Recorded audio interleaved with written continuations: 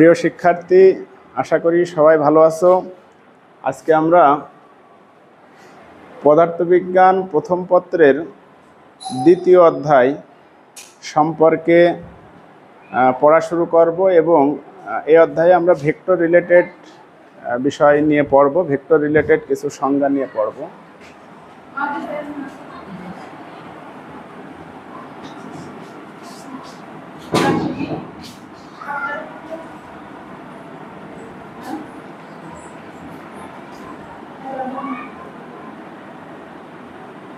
Vector related কতিপয় সংজ্ঞা।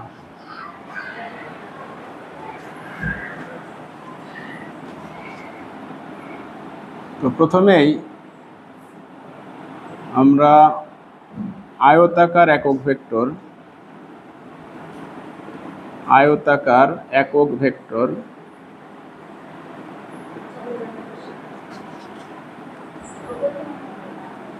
আয়তাকার একক ভেক্টর সম্পর্কে আমরা পড়ব। তো আয়তাকার একক ভেক্টর হলো যে ত্রিমাত্রিক কার্তেশীয় স্থানাঙ্ক ব্যবস্থায়, এটা হলো 3 ডাইমেনশনাল কোঅর্ডিনেট সিস্টেম, ত্রিমাত্রিক কার্তেশীয় স্থানাঙ্ক ব্যবস্থা। এইদিকে এক্স অ্যাক্সিস, এইদিকে ওয়াই অ্যাক্সিস, এইদিকে জেড অ্যাক্সিস। তো এক্স অ্যাক্সিস বরাবর আই কাজ করে, ওয়াই অ্যাক্সিস বরাবর জে কাজ করে, আর জেড অ্যাক্সিস বরাবর কে কাজ করে। তো আমরা জানি যে এক্স অক্ষ, ওয়াই অক্ষ এবং জেড অক্ষ এরা সবাই সবার উপরে লম্ব। তো চিত্রের দিকে তাকালে আমাদের অনেকের কাছে কনফিউশন মনে হয় যে এক্স অক্ষ আর ওয়াই অক্ষ নয় লম্ব, বুঝলাম, কিন্তু জেড অক্ষ কিভাবে এক্স আর ওয়াইয়ের সাথে লম্ব হয়। অ্যাকচুয়ালি ব্যাপারটা এরকম যে এক্স অক্ষ ওয়াই অক্ষের সাথে জেড অক্ষ এইভাবে থাকে। তো এইভাবে থাকা মানে কি, সবাই সবার সাথে লম্ব। তো এইভাবে অক্ষ বোঝাতে হলে আমাদের এরকম তির্যকভাবে দাগ দিলেই ওইটা এর এক্স অক্ষ এবং ওয়াই অক্ষের উপর লম্ব আছে সেটা বোঝায়। তো যাই হোক, অনেকের মনেই কনফিউশন যে তিনটে অক্ষের ভিতরে পরস্পর দুটো অক্ষ, এদের অন্তর্ভুক্ত করে 90 ডিগ্রি। তো এখানে 90 ডিগ্রি ক্লিয়ার, কিন্তু এখানে 90 ডিগ্রি কিভাবে হয়। তো সেক্ষেত্রে ব্যাপারটা হচ্ছে ওই রকম যে জেড অক্ষটা এক্স অক্ষ আর ওয়াই অক্ষের উপর লম্বভাবে থাকে, এইভাবে থাকে। তার মানে প্রত্যেকটা অক্ষের সাথে 90 ডিগ্রি কোণ করে আছে। অনেকে মনে করে যে 120 ডিগ্রি, অর্থাৎ এই কোণ পুরো মিলে 360, তাকে 3 দিয়ে ভাগ করলে প্রত্যেকটা অ্যাঙ্গেল 120 ডিগ্রি করে। এই ধারণাটা সম্পূর্ণ ভুল, সবাই সবার সাথে লম্ব। তো যাই হোক, কাম টু দ্য পয়েন্ট। তো এক্স অক্ষ বরাবর আই কাজ করে, ওয়াই অক্ষ বরাবর জে কাজ করে, জেড অক্ষ বরাবর কে কাজ করে। তো মূলত আই জে কে এই তিনটেকে আমরা রেক্টেঙ্গুলার ইউনিট ভেক্টর বা আয়তাকার একক ভেক্টর বলে থাকি। তো সেক্ষেত্রে আমরা যখন সংজ্ঞা লিখব তখন শুধু এই কথাটুকু লিখলে হবে না। কিভাবে আমরা সংজ্ঞা দেব? সংজ্ঞাটা লিখবো এভাবে যে ত্রিমাত্রিক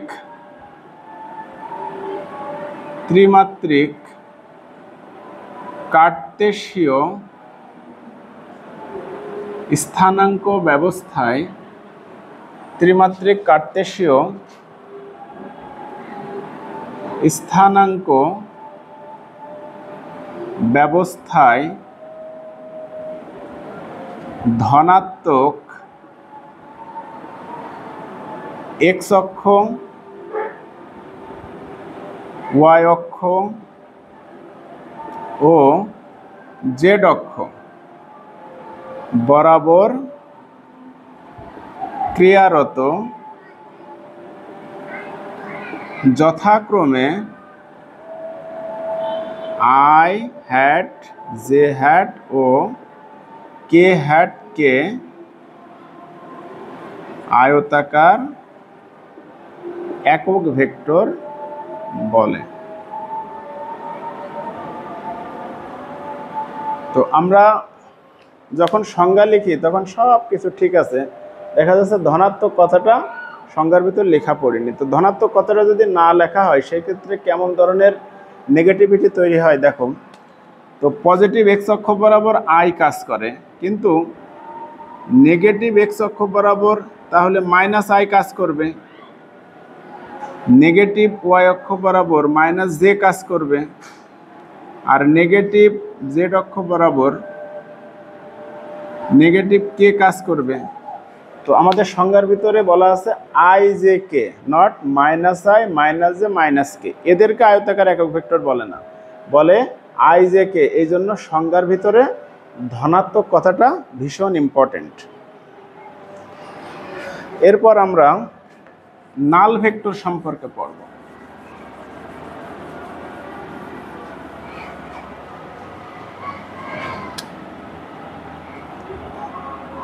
নাল ভেক্টর বা শূন্য ভেক্টর বা অকার্যকর ভেক্টর। নাল ভেক্টর বা শূন্য ভেক্টর বা অকার্যকর ভেক্টর।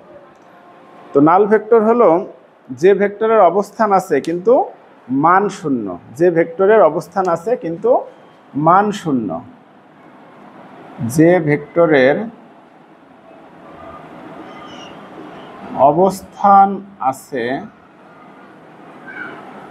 কিন্তু মান শূন্য, তাকে নাল ভেক্টর বলে।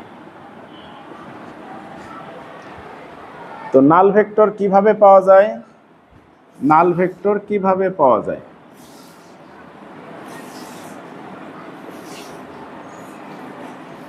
কিভাবে পাওয়া যায়? আমরা নাল ভেক্টরকে দুইভাবে পেতে পারি। ফার্স্ট ওয়ান, একটি ভেক্টরের সাথে তার বিপরীত ভেক্টরকে যোগ করলে নাল ভেক্টর পাওয়া যায়, অথবা দুইটি সমজাতীয় ভেক্টর পরস্পর থেকে বিয়োগ করলেও নাল ভেক্টর পাওয়া যায়। তার মানে একটি ভেক্টরের সাথে তার বিপরীত ভেক্টরকে যোগ করা, এখানে উল্লেখ করা দরকার যে দুটো ভেক্টরকে আমি যোগ করব, অর্থাৎ এ ভেক্টর এবং তার নেগেটিভ ভেক্টর, এরা কিন্তু সমজাতীয় হতে হবে। সমজাতীয় ভেক্টর না হলে তাদের যোগ বিয়োগ করা যায় না। তাহলে একটা ভেক্টরের সাথে তার বিপরীত ভেক্টরকে যোগ করলে নাল ভেক্টর পাওয়া যায়, অথবা দুটি সমজাতীয় ভেক্টর পরস্পর থেকে বিয়োগ করলেও আমরা নাল ভেক্টর পেতে পারি। এখন নাল ভেক্টরের সুনির্দিষ্ট দিক নেই কেন? নাল ভেক্টরের সুনির্দিষ্ট দিক নেই কেন? নাল ভেক্টরের সুনির্দিষ্ট দিক নেই কেন? তো দেখো সংজ্ঞার ভিতরে বলা আছে যে ভেক্টরের অবস্থান আছে কিন্তু মান শূন্য। তো ভেক্টর আমরা কিভাবে তৈরি করি? একটা সরল রেখার যে কোনো এক পাশে যদি আমি তীর চিহ্ন দিই, তাহলে এইটা হয়ে যাবে পাদবিন্দু আর এইটা হয়ে যাবে শীর্ষবিন্দু। তো নাল ভেক্টরের ক্ষেত্রে যেটা ব্যাপার, যে এই পাদবিন্দু এবং শীর্ষবিন্দু একই বিন্দুতে অবস্থিত, অর্থাৎ নাল ভেক্টরের পাদবিন্দু এবং শীর্ষবিন্দু একই বিন্দুতে অবস্থিত বলে এর সুনির্দিষ্ট দিক উল্লেখ করার প্রয়োজন পড়ে না। কারণ নাল ভেক্টরের পাদবিন্দু ও শীর্ষবিন্দু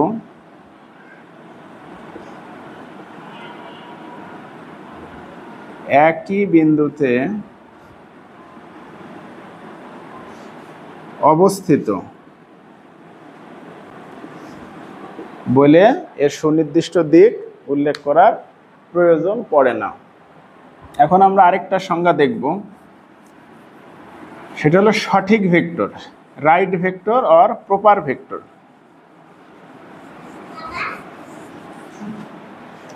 রাইট ভেক্টর অথবা প্রপার ভেক্টর, সঠিক ভেক্টর।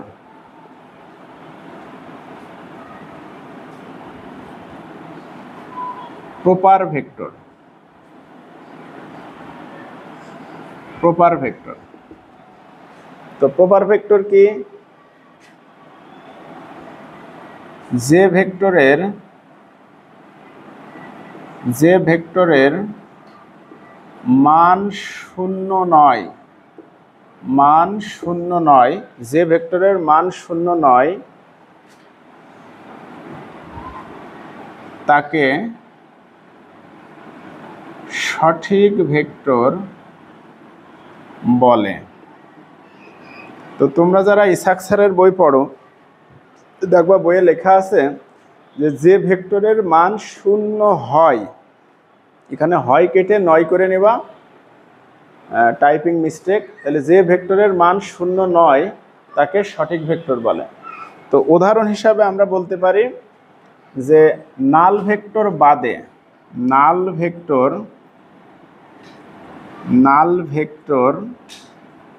বাদে সকল ভেক্টর সঠিক ভেক্টর। কেন নাল ভেক্টর বাদে? কারণ আমরা জানি যে নাল ভেক্টরের মান শূন্য। তাহলে নাল ভেক্টরের মান শূন্য হওয়ার কারণে শুধু নাল ভেক্টরটাই সঠিক ভেক্টর হবে না, নাল ভেক্টর বাদে বাকি যে সমস্ত ভেক্টর আছে, অবস্থান ভেক্টর, তারপরে সদৃশ ভেক্টর, বিসদৃশ ভেক্টর, তারপরে পোলার ভেক্টর, অক্ষীয় ভেক্টর, আয়তাকার একক ভেক্টর, হ্যাঁ, এগুলো সবগুলোই সঠিক ভেক্টর।